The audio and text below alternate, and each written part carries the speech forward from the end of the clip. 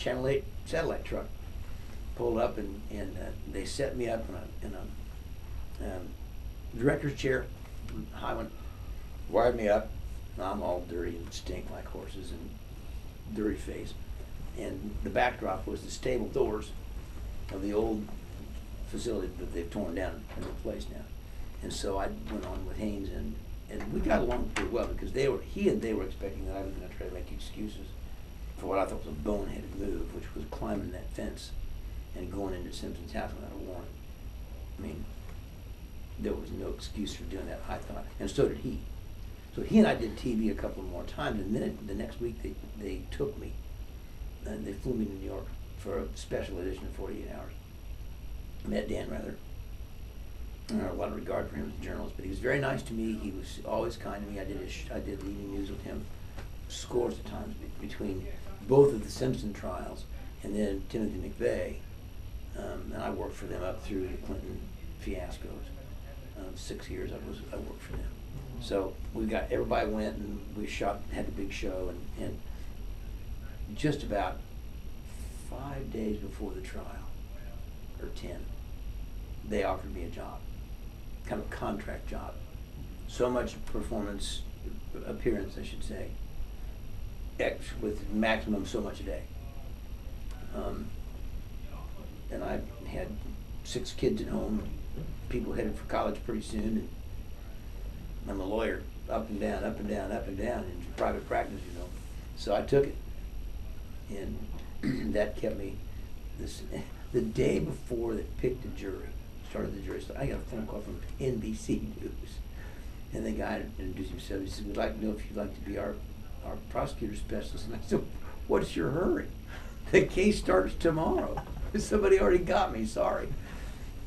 So I got an agent after that, and she negotiated my deals for me, so I'd have some idea what I was up to. Yeah. And I stayed with them until Rita Braver got to not liking me very well, because she didn't think I was fair to Smith Willie. So.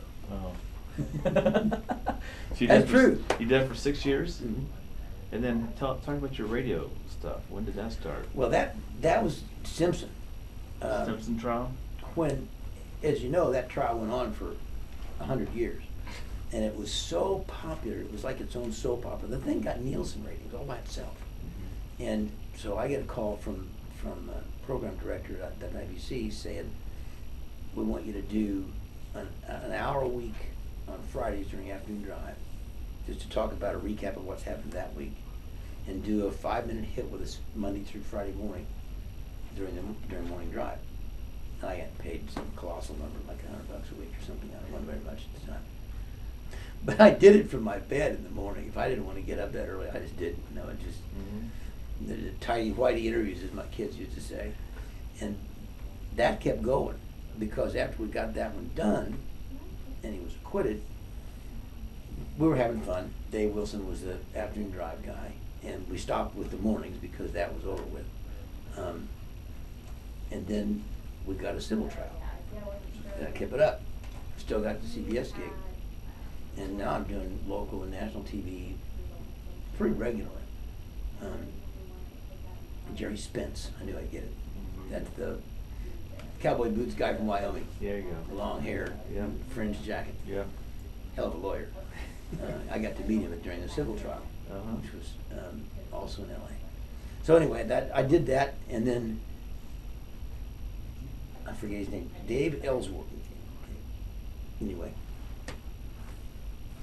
The guy that had what was called Night Beat at WIBC left and went to Minneapolis. Better gig, I don't know, more money. Mm-hmm. Dave Ellsworth. And they asked me if I would take that job over. And they would set me up in my basement at home, so I didn't have to drive over to 91st and Virgin at night. And I thought, boy, this is crazy, but they paid me. And I still had all those kids to worry about. And I started doing it, and I did it from, I think it was, I'm going to say it was 97 through the end of 1999. Mike Pence announced for Congress in December of 99 and had to leave the air January 2nd of 2000. His radio show was syndicated on Network Indiana. He had 15, 18 stations, I think. And so they asked me to take that one over. Well, that was tough because that was 9 to noon, and I'm a lawyer. You got to work 9 to noon. But you know, it worked out. There have been occasions, in my contract is a provision for what we call law days. So if I've got a trial or something, they have to do that. So you've been doing this since in the mornings from 2000 until now? Till this morning. Wow, that's amazing. And so how, now you've kind of settled into that. You're not doing the TV stuff anymore. You've kind of settled now into the mornings. You got your kids that are all grown now. I got grandkids, I understand. 10 of them. So, you know, how do you like life today? I mean, how is... Well, I'm 66 years old, I'm still working 2 jobs. I mean, a lot of people, oh, you're not practicing law. And I said, only every day from about 12:30 on or 1 o'clock, because I've got to educate kids, and that's what I do. I mean, when I fill out the form at the doctor's office, I still put lawyer in there and give this address, because this is what I've always been, and that's how I see myself. And I'm pretty much that on the air. You try to take your thinking skills and the way they teach you to think, and cross-examination skills, so that you draw as much information out as you can, and then the rest of it's just fun. So, do you think it makes it more fun to be a lawyer doing the radio, or would it be more fun to be a radio guy as a lawyer? Well, a lawyer's going to be first, because that's 3 years of hell on earth to get there. And I've been doing it since my internship started in June of '72. So what is that? 242. That's 42 years. Still going strong every day. So now your routine is what? You go into the station? I get up in time I'm up in the 6 o'clock area, looking at what happened since yesterday, and doing my show preparation from home. And oftentimes, because I can't get in here, typically, it's kind of out of the way. We get online from home, and a lot of times I'll practice law from home, drafting a brief or working on correspondence or something, email, and also spend time finding out what happened since yesterday with the world stories, what we're doing with the immigration debate, and what's happening with gay marriage, and all that kind of thing. Getting in the car a little after 8, get to the studio, slide in before the red light goes on, do 3 hours of radio, do a couple quick tapings for the post show, jump in the car, stop at McDonald's and grab something to eat, or if I'm lucky I can go hide out at a couple of restaurants that I like downtown, that I go in just in the bar by myself and sit there and talk to the girls and eat lunch, and then come back here. What do you do? You do horses and stuff too? You have horses? Yeah, feed them on the way in the morning, in the evening after dinner. They're at our property. We don't have to go someplace else. Right. They're for them. And you live in the Geist area, you live Cumberland Road, right? Because I think Phil Pawgraf used to live across the street before he passed, unexpectedly.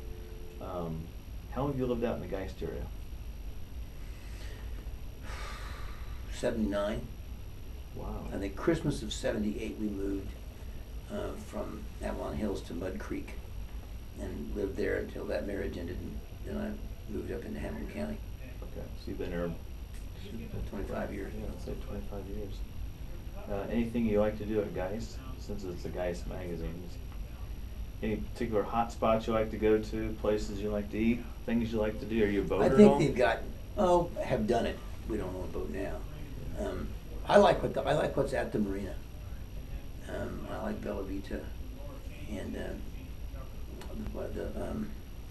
pizza place right there. Puccini's. Puccini's. Yeah.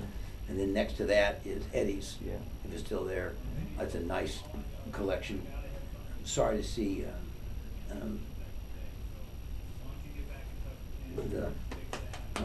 help me. One of the places go bad? What was the place? The lake house. Scotty's Lake House. And I hated to lose that. You know, it's not even fair for this thing, but that replacement didn't do any business at all. Detour. They're trying to sell it. You got in some kind of fight over the lease, and that's why Scotty's pulled out. And boy, what a bad career move. That place was just a license to print money. I know. from both sides. I mean, I from know. the landlord as well as from the tenant that was doing so well. And Scotty's he's just cranking it out. Mhm. So what happens if Limbaugh retires tomorrow and they ask you to take over his show? Well, they wouldn't ask me because I'm not a Clear Channel property. Matter of fact, You're on the other I've- side. Yeah, I've been the subject of some conversations to guest host for him. I used to guest host for Mark Levin with some regularity when he was at WIBC, but Mr. Smillian would not take kindly to me being Oh, yeah. a Clear Channel property, and I don't think that, I mean, 66, Rush is 62, I think. Yeah. You never know. You never know. I mean, what are you gonna retire from first? Radio or? Well, it's a great $64,000 question, I don't know. Radio's tough because of that red light. You gotta be there. You can't go, I don't think so today, you know, I'm not real busy, I think I'll just go in late. But it's light fare compared to what you do here. I mean, this practice, anybody's practice, but the personal injury practice is hurt people, high stakes, a lot of emotion involved, and you gotta get things right. And so, it isn't easy. It's still hard work. So you don't know which one will go first, huh? My guess is that radio will probably go first. Only because I can do this part-time. Yeah. And you can do that without the light going on. Right. Yeah, and like you told.